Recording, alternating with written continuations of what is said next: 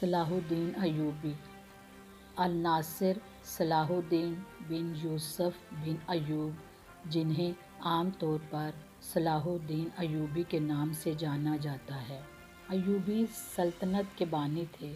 وہ نہ صرف تاریخ اسلام بلکہ تاریخ عالم کے مشہور ترین فاتحین اور حکمرانوں میں سے ایک ہیں۔ وہ 1138 میں موجودہ عراق کے شہر تکریت میں پیدا ہوئے۔ ان کے زیر قیادت ایوبی سلطنت نے مصر، شام، یمن، عراق، حجاز اور دیار باکر پر حکومت کی۔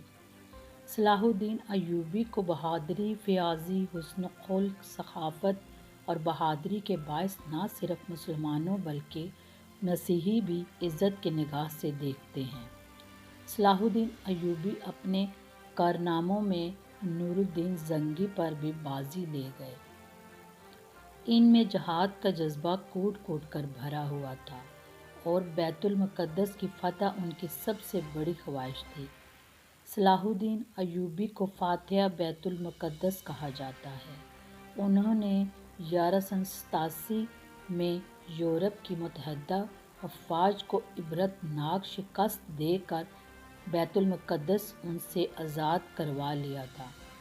صلاح الدین ایوبی 1193 میں دمشق میں انتقال کر گئے۔ انہوں نے اپنی ذاتی دولت کا زیادہ تر حصہ اپنی رعایا کو دے دیا۔ وہ مسجد بنو امیہ سے متصل مقبرے میں مدفن ہیں۔ مسلم ثقافت کے لیے اپنی اہمیت کے ساتھ ساتھ صلاح الدین کا کردار ترک اور عرب ثقافت میں نمایاں طور پر احترام اس کا کیا جاتا ہے۔ انہیں اکثر تاریخ کی سب سے مشہور شخصیت کے طور پر بھی بیان کیا جاتا ہے۔ صلاح الدین ایوبی بڑے بہادر اور فیاض تھے۔ لڑائیوں میں انہوں نے مسیحیوں کے ساتھ اتنا اچھا سلوک کیا کہ مسیحی آج بھی ان کی عزت کرتے ہیں۔ ان کو جہاد کا اتنا شوق تھا کہ ایک مرتبہ ان کے نچلے دھڑ میں پھوڑے ہو جا سکتے تھے۔ ان کی وجہ سے وہ بیٹھ کر کھانا نہیں کھا سکتے تھے، لیکن اس حالت میں بھی جہاد کی سرگرمی میں فرق نہ آیا۔ صبح سے ظہر تک اور عصر سے مغرب تک برابر گھوڑے کی پیٹھ پر رہتے۔ ان کو خود تعجب ہوتا تھا کہ کہا کرتے تھے کہ جب تک گھوڑے کی پیٹھ پر رہتا ہوں ساری تکلیف جاتی رہتی ہے اور اس سے اترنے پر پھر سے تکلیف شروع ہو جاتی ہے۔ مسیحیوں سے صلح ہو جانے کے بعد صلاح الدین نے مسیحیوں کو بیت المقدس کی زیارت کی اجازت دے دی۔ اجازت ملنے پر یورپ کے زائرین جو برسوں سے انتظار کر رہے تھے اس کثرت سے ٹوٹ پڑے کہ شاہ رچرڈ کے لیے انتظام قائم رکھنا مشکل ہو گیا اور اس نے سلطان سے کہا کہ وہ اس کی تحریر اور اجازت نامے کے بغیر کسی کو بیت المقدس میں داخل نہ ہونے دے۔ سلطان نے جواب دیا، زائرین بڑی بڑی مسافتیں طے کر کے زیارت کے شوق میں آتے ہیں، ان کو روکنا مناسب نہیں۔ سلطان نے نہ صرف یہ کہ ان زائرین کو ہر قسم کی آزادی دی بلکہ اپنی جانب سے لاکھوں زائرین کی مدارات، راحت، آسائش اور دعوت کا انتظام بھی کیا۔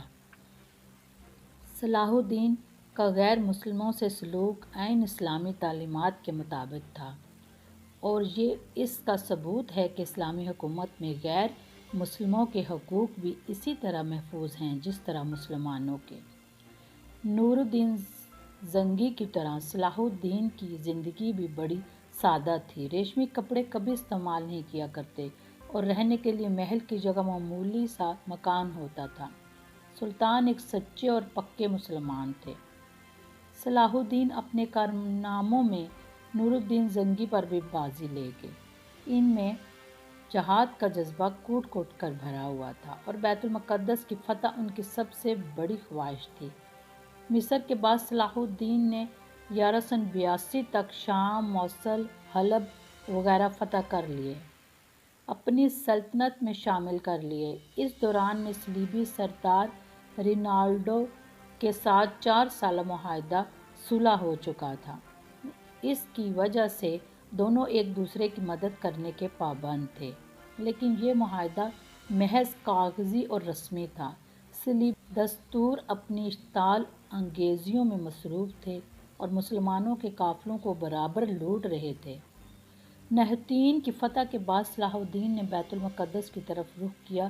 ایک ہفتہ تک خون ریز جنگ کے بعد مسیحیوں نے ہتھیار ڈال دیے اور رحم کی درخواست کی۔ بیت المقدس پورے 88 سال بعد دوبارہ مسلمانوں کے قبضے میں آیا اور تمام فلسطین سے مسیحی حکومت کا خاتمہ ہو گیا۔ بیت المقدس کی فتح صلاح الدین ایوبی کا عظیم الشان کارنامہ تھا۔ اس نے مسجد اقصیٰ میں داخل ہو کر نور الدین زنگی کا تیار کردہ ممبر اپنے ہاتھ سے مسجد میں رکھا۔ اس طرح نور الدین زنگی کی خواہش اس کے ہاتھوں پوری ہوئی۔ صلاح الدین ایوبی وہ پہلے حکمران تھے جو 2 مقدس مساجد کے نگہبان کہلائے۔ مقدس پر تقریباً 761 سال مسلسل مسلمانوں کی حکومت رہی۔ 1948 میں امریکہ، برطانیہ، فرانس کی سازش سے فلسطین کے علاقے میں یہودی سلطنت قائم کی گئی اور بیت المقدس کا نصف حصہ یہودیوں کے قبضے میں چلا گیا۔